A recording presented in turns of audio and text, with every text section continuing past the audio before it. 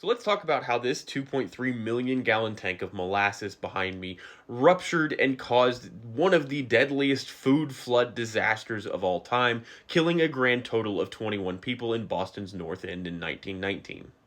Yep, it's a whiteboard video. So here we have our molasses tank. It contains 2.3 million gallons of molasses, or 8.7 million liters if you use metric. And this here is our pipeline, helpfully labeled pipeline. We have our tank, helpfully labeled tank here.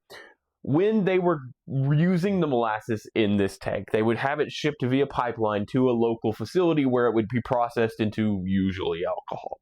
So 2 days before the disaster, on January 13th, 1919, they had a shipment of molasses brought up from the Caribbean. The reason they would do that is because molasses, when it is cool, is incredibly viscous, meaning it's very hard to pour. If you need an example, if you think about honey, if you take honey and you pour it out of a pot, it moves very, very slowly. But if you take the same honey and warm it up in the microwave and then try and pour it, it pours significantly better. Molasses is the same way.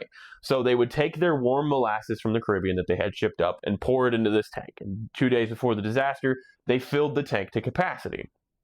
The problem was, at least the first problem was, when they were building the tank, they never filled it with anything to see that if it would, actually hold anything or if it would leak. They didn't fill it with water or anything like that. They just said, we're just going to go with it. It's fine how it is. So every time it was filled, it would leak down. I'm using orange because I don't have brown. It would leak down the sides. It was so well known that it would leak that parents would send their kids to collect molasses for use in their house, and then the kids would wrap it, get it with sticks, and then lick it on the way home as they took more to their parents.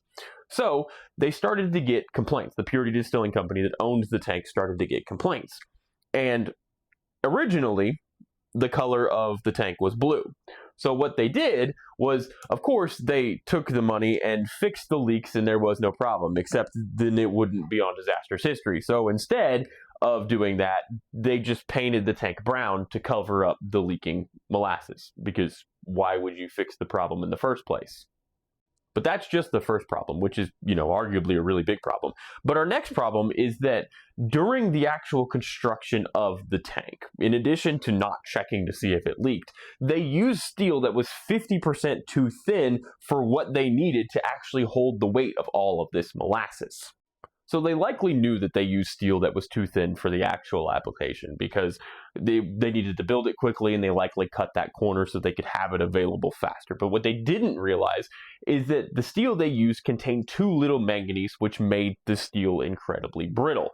And that leads into our next problem. You see, they filled and emptied the tank fairly regularly, but they only filled it all the way between 4 to 8 times, one of which was 2 days before the disaster. And when you don't fill it all the way and you place like a cyclical load on this material, it puts unusual stresses in different locations, which leads to stressing and fractures and cracks and things like that. And on the front of this tank was a manhole cover that was used to access the inside of the tank.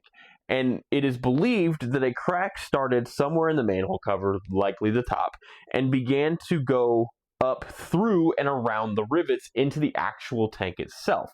And so, on the day of the actual disaster, as Boston warmed up to about 40 degrees, it left it so that there was some expansion of the molasses inside the tank, which then caused this crack to rupture, caused that machine gun sound that the people who were eating out in front of the tank itself heard, and then it completely shattered apart and sent a wave of molasses 25 feet high and 35 miles per hour out into Boston itself. Now, why did they need that much molasses? Well, when it was built originally and first put into use in 1916, World War I was in the middle of, World War I-ing, so explosives were incredibly popular. But the reason it was filled January 13th, 1919, is because on January 16th, 1919, Prohibition passed and would go into effect a year later. And, well, they had about a year to sell as much alcohol as they possibly could, and, well, having 2.3 million gallons of molasses can make you a lot of alcohol.